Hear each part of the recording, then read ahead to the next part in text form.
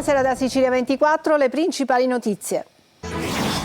Open Arms, assoluzione definitiva per Matteo Salvini, a deciderlo i giudici della Cassazione. Il vice premier era accusato di sequestro di persona e rifiuto di atti di ufficio. Resterò con il sostegno dei cittadini, parla il sindaco di Ravanusa dopo l'intimidazione subita, 3 bossoli e un mazzo di fiori davanti casa sua. A Palermo la storia di Massimo e Mattia, padre e figlio, emblema dell'emergenza abitativa in città. Senza soldi per pagare l'affitto saranno sfrattati, chiedono di poter restare almeno per le feste di Natale. A Palermo scatta il commissariamento per la società che ristruttura il modello Palazzo Hotel di proprietà della Italo-Belga. Nasce a Palermo l'associazione Sara Campanella, la 22enne di Misilmeri, uccisa dal suo collega di corso a Messina. A Catania maxi bonifica di via Calliope, una strada trasformata in discarica, rimosse decine di tonnellate di rifiuti pneumatici ed Eternit.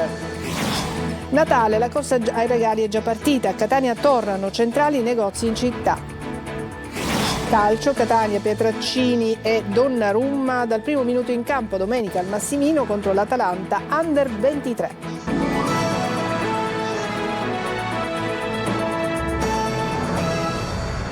Bentrovati, apriamo con il processo Open Arms. È definitiva l'assoluzione per il vice premier Matteo Salvini, accusato di sequestro di persone e rifiuto di atti di ufficio. A deciderlo la Cassazione. Emanuela Corsi. Assolto. Diventa definitiva la sentenza di assoluzione per il vice premier Matteo Salvini, accusato di sequestro di persone e rifiuto di atti di ufficio per la vicenda Open Arms. I giudici della quinta sezione della Cassazione hanno messo la parola fine alla vicenda, rigettando il ricorso per saltum che permette di impugnare una sentenza di primo grado direttamente in Cassazione presentato dalla Procura di Palermo. Il vice premier esattamente un anno fa, il 20 dicembre 2024, era stato assolto dal Tribunale di Palermo perché il fatto non sussiste per lo sbarco negato di 147 persone, tra cui minori, soccorse dalla ONG Open Arms nel corso di 3 salvataggi nell'agosto 2019, quando era ministro dell'Interno. Le parti civili avevano chiesto l'annullamento della sentenza di assoluzione, affermando che la prova dell'esistenza del dolo c'è nei fatti e nelle testimonianze. Ai naufraghi che si trovavano davanti alle coste italiane non era stato permesso di sbarcare per giorni, violando le norme internazionali e costituzionali e la loro dignità. Per l'avvocato di Salvini, Giulia Bongiorno, il processo non doveva nemmeno iniziare. Questa soluzione di carattere definitivo, ha detto il legale, evidenzia quello che ho sostenuto in aula. Era totalmente fuori dal mondo il ricorso della Procura, ma ciò che ci interessa è la correttezza dell'operato di Salvini, che intanto esulta su X e dice difendere i confini non è reato. Grave intimidazione al sindaco di Ravanusa che ha trovato 3 bossoli e un mazzo di fiori davanti casa sua. Sentiamo Davide Sardo. 3 bossoli, una bottiglia contenente un liquido sospetto e un mazzo di fiori. È quanto il sindaco di Ravanusa, Salvatore Pitrola, ha trovato davanti all'ingresso della sua casa. Un gesto che viene interpretato come una chiara intimidazione. Il ritrovamento risale alla scorsa settimana, ma la notizia è stata resa pubblica soltanto adesso. Di fronte ad atti di questo genere, solo la risposta coesa e unita della mia comunità, con tutte le forze, con le associazioni culturali, con gli enti ecclesiastici, con la società civile, solo se la mia comunità risponde positivamente a atti di questo genere potrò trovare la forza, così come ho scritto nel post per andare avanti. Se dovessi percepire che la mia comunità dovesse preferire il grigiore al cambiamento, e allora lì a quel punto non esiterei neanche un secondo a lasciare perdere, perché solo se si è uniti la nostra comunità potrà dare le risposte che questo mio paese merita. Il sindaco ha presentato denuncia e l'episodio è stato immediatamente segnalato alle forze dell'ordine. Sono in corso accertamenti per risalire agli autori del gesto e chiarirne il movente. Nelle prossime ore il primo cittadino verrà convocato in prefettura. Numerosi messaggi di solidarietà arrivati nelle ultime ore dal mondo politico e istituzionale. E parliamo adesso di emergenza abitativa. Vi raccontiamo la storia di Massimo e Mattia, padre e figlio, che vivono a Palermo e che saranno sfrattati a casa nelle prossime ore. Chiedono di poter restare almeno per le feste di Natale. Sentiamo Marco Gullà.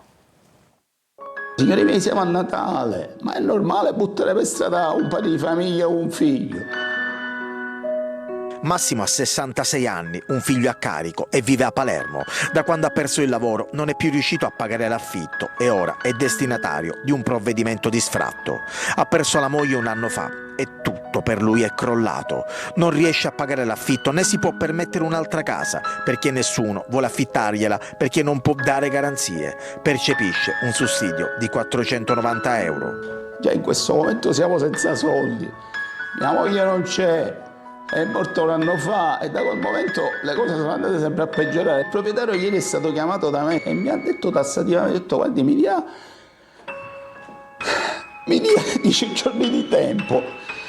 Assolutamente, deve andare, non mi interessa. Io sono in torto e che lo capisco, ma di solito si sente sempre dire a Natale, ci sono i miracoli, qualcuno arriva, no? Ti aiuto io, ma qua, ma l'aiuto dov'è? Ma chi è che ci sta aiutando? Cioè chi è che ci sta aiutando? Siamo soli, io qua non ho parenti che mi possono aiutare. Da 20 anni che Massimo e suo figlio vivono in questa casa, adesso chiedono solamente di trascorrere le feste e poi andare via. L'alternativa è andare in un dormitorio. Vedo siamo a Natale, cioè essere buttati per strada a Natale. L'altro giorno Benigni in televisione parlava di bontà, la bontà, ma la bontà, non ce la faccio a parlare. C'è la bontà di cosa? La bontà di cosa a 66 anni? Di solito sotto questo periodo tutti sono buoni, è il periodo più buono dell'anno, è giusto, vediamo quello che si può fare, non si può fare. Qua non si sta facendo niente, non si sta facendo niente. Cantieri a rischio mafia, scatta il commissariamento per la società che ristruttura il Mondello Palace di proprietà della Italo-Belga con i fondi del PNRR. Sentiamo il servizio di Lorena Dolci.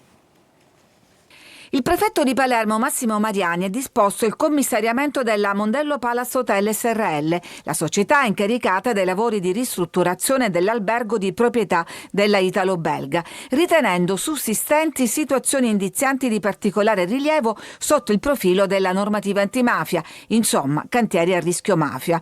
Il riferimento è, come scrive Repubblica, alla presenza nel cantiere dell'albergo della GM Edile, che conta fra i suoi dipendenti il boss scarcerato Bartolo Genova e numerosi punti oscuri sui subappalti. Nei giorni scorsi erano già scattati l'interdittiva antimafia nei confronti della società e il commissariamento della Mondello Immobiliare Italo-Belga, proprietaria dell'immobile. Ora l'attenzione della prefettura si concentra direttamente sulla società edile che gestisce l'intervento, finanziato con i fondi del PNRR. Il caso Mondello diventa così un nuovo banco di prova per il sistema dei controlli sui fondi pubblici europei in Sicilia. Per un anno 2 amministratori giudiziari, Giuseppe Sanfilippo e Francesca Di Stefano, affiancheranno i vertici aziendali che dovranno comunicare loro ogni atto. A Palermo il battesimo dell'associazione Sara Campanella, la 22enne di Misilmeri uccisa dal suo collega di corso a Messina. Il padre della ragazza dice Sara sarebbe contenta di tutto questo. Marco Gullà. Nasce l'associazione Sara Campanella, dedicata alla 22enne di Misilmeri, uccisa dal suo collega di corso a Messina. Oggi battesimo ai cantieri culturali della ZISA a Palermo. Un momento di riflessione e impegno civile in memoria della giovane studentessa e nel contrasto a ogni forma di violenza e indifferenza. Sara credeva veramente in questi valori. Sara era contro la violenza sulle donne, si è vista fino all'ultimo col suo no, che non voleva accettare di uscire con questo ragazzo. Quindi l'associazione è nata soprattutto per questo, per aiutare le persone deboli e abbiamo anche ricevuto già anche da altre ragazze testimonianze che avevano paura a denunciare. Questa storia di Sara, che è una storia anomala, perché non è una storia come tutte le altre, qua si apre un capitolo veramente nuovo, hanno avuto il coraggio di denunciare questi ragazzi, questi molestatori. La tua luce continua a brillare in chi crede nella giustizia, nella scienza e nell'amore. Oggi è la giornata in cui la centralità è data al coraggio, alla forza, all'amore di questa famiglia per la loro figlia, per questo grande dolore che stanno trasformando in azione. fra l'altro mettendo in campo quello che era il sentire di Sara. La mamma mi ha raccontato di un diario dove Sara proprio parlava del contrasto che bisogna fare alla violenza di genere. L'iniziativa nasce dalla necessità di trasformare il dolore in memoria, impegno e amore per Sara e con Sara, ha invece detto Maria Concetta Zaccaria, madre della ragazza e presidente dell'associazione. A Catania è iniziata la bonifica di via Calliope, una delle strade trasformate in mega discariche, rimosse decine di tonnellate di rifiuti, pneumatici ed Eternit. Le vie d'accesso sono presidiate dalla Polizia Municipale. Tonino De Mana.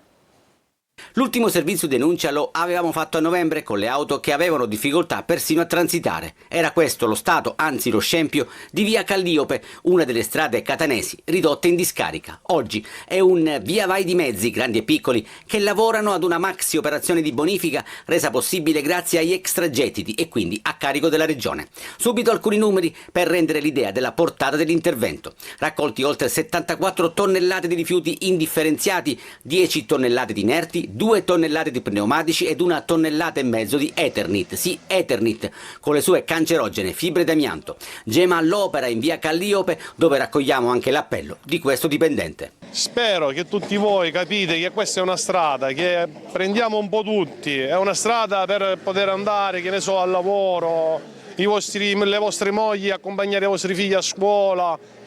Cerchiamo di mantenerla pulita, è la nostra città alla fine. Gli fa eco questa residente che da tempo sollecitava interventi. Io non la riconosco più questa strada perché era strapiena, stracolma di spazzatura. Adesso è diventata una strada pulita e luminosa. Io veramente vi ringrazio di vero cuore, Antenna Sicilia, Massimo Pesce, il sindaco Trentino, vi ringrazio tantissimo perché adesso si respira un pochino in questa strada. Nelle prossime ore scatterà anche la bonifica di Fondo Romeo, la cui competenza per il servizio di raccolta è invece di Ecocar. Nel frattempo, in attesa di potenziare il servizio di videosorveglianza, gli accessi sono presidiati giorno e notte dalla polizia locale. Tra una settimana sarà Natale ed è partita la corsa ai regali, i consumi sono in ripresa. Secondo Confesercenti Ipsos quasi 20 milioni di italiani sono a caccia di doni, tornano centrali i negozi e noi siamo andati a vedere se è così con Eva Spampinato a Catania. Un cadeau, un regalino, sì, per mia sorella. Stiamo cercando qualche regalo per la famiglia, fidanzato, amici. Il Natale entra nel vivo e la corsa ai regali accende città e vetrine. Tra oggi e la vigilia saranno circa 20 milioni gli italiani in cerca degli ultimi doni da mettere sotto l'albero per un giro d'affari complessivo di quasi 10 miliardi di euro. Secondo il sondaggio Confesercenti Ipsos la spesa media è di 250 euro a persona. Quanti regali e quanto budget? Una ventina, budget non lo sto tenendo a mente. In media si faranno 8 regali a testa, soprattutto abbigliamento, profumi e giocattoli. Negozi anche di, come dire, benessere, trucco, cosmetica. Ho già finito, principalmente pigiami e articoli per la casa. Io mi indirizzo per lo più verso la musica per i miei amici o parenti. E c'è una certezza, il negozio di quartiere torna protagonista. Il 62% dei consumatori sceglierà infatti punti vendita fisici davanti a supermercati e mercatini di Natale. Siamo qua in questo momento appunto per comprare i regali, quindi negozi del centro almeno per noi. Stiamo facendo il Babbo Natale segreto. In cosa consiste? Estraiamo dei nomi senza dire all'altra chi è capitato, facciamo il regalo a sorpresa. Tra i classici del Natale non possono mancare i gioielli. Il 25% degli italiani ne metterà uno sotto l'albero, anche se l'oro diventa sempre più un bene di lusso. Si tende a spendere sempre di meno sul bijou, mentre sulla gioielleria invece ormai la fascia c'è sempre più richiesta di prodotto di gioielleria. Tra luci, pacchetti e sorrisi il Natale torna a scaldare i consumi. Budget a parte, l'importante è mettere sempre un po' d'amore.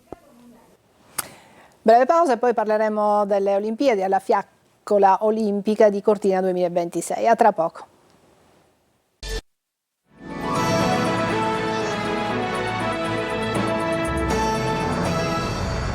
La Fiaccola Olimpica dei Giochi Invernali Milano-Cortina 2026 ha toccato Ragusa, poi Siracusa e domani sarà a Catania. Veronica Barbarino. Con l'emozione negli occhi del primo tedoforo che ha aperto la staffetta a Ragusa, il viaggio in Sicilia della fiaccola olimpica dei Giochi invernali Milano-Cortina 2026 prosegue nel sud-est dell'isola. Proveniente da Gela, passando per Caltagirone, la fiaccola ha fatto il suo ingresso in città intorno alle ore 13, portando con sé un forte messaggio di unità, pace e partecipazione. Un grande momento di festa collettiva ha accompagnato il passaggio della fiamma lungo tutto il percorso. Cittadini, famiglie, studenti appassionati di sport si sono riuniti per assistere da vicino a uno dei gesti più potenti della tradizione olimpica. Luogo simbolo della tappa ragusana è stato il sagrato della chiesa di San Giovanni, dove il pubblico ha accolto con entusiasmo ed emozione il passaggio di consegne. Nel pomeriggio la fiaccola ha proseguito il suo cammino verso il Siracusano e domani farà tappa a Catania, continuando il suo viaggio verso Milano-Cortina 2026. E domani la fiamma olimpica, come vi dicevamo, farà tappa a Catania. Tra i tedofori Tania Di Mario, campionessa olimpica di pallanuoto, e il capitano della nazionale di futsal e della Meta Catania Carmelo Musumeci. Il corteo attraverserà un percorso di 10 km con partenza via Acquicella Porto per arrivare in Piazza Duomo a partire dalle 16:30 di domani. Per agevolare il passaggio della torcia olimpica saranno chiuse al traffico alcune vie del centro storico, quindi grande attenzione domani pomeriggio. Adesso una pausa e poi il calcio.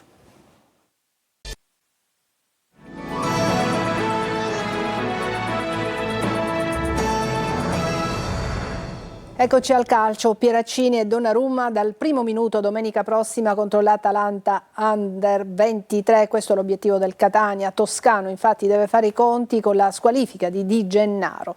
Sentiamo Francesco Triolo. La testa è già all'Atalanta. Da oggi il Catania cerca di togliersi alla mente il finale della partita con il Potenza, pensando all'impegno di domenica prossima al Massimino. L'obiettivo è quello di dare un'accelerata proprio a ridosso delle festività natalizie, cercando di sfruttare anche l'impegno non certo facile del Benevento a Cerignola per girare da solo in testa alla classifica alla fine del girone d'andata. Toscano sa già che non potrà contare sul centrale di difesa di Gennaro, squalificato per un turno dopo l'ammonizione di Potenza. L'obiettivo è quello di recuperare pienamente dal primo minuto Donnarumma e Pieraccini, schierati già domenica scorsa ma in piena emergenza. Pieraccini potrebbe sostituire proprio Di Gennaro in un ruolo che ha già coperto e nel quale ha provato per tutta la durata del ritiro sostenuto a Norcia in estate. Donnarumma invece potrebbe tornare sulla fascia sinistra, permettendo a Lunetta di riprendersi il ruolo di trequartista accanto dietro la punta forte. Intanto prosegue il tour di Ross Pellegrini in città per incontrare istituzioni e squadra, ma sullo sfondo c'è anche il calciomercato pronto a decollare.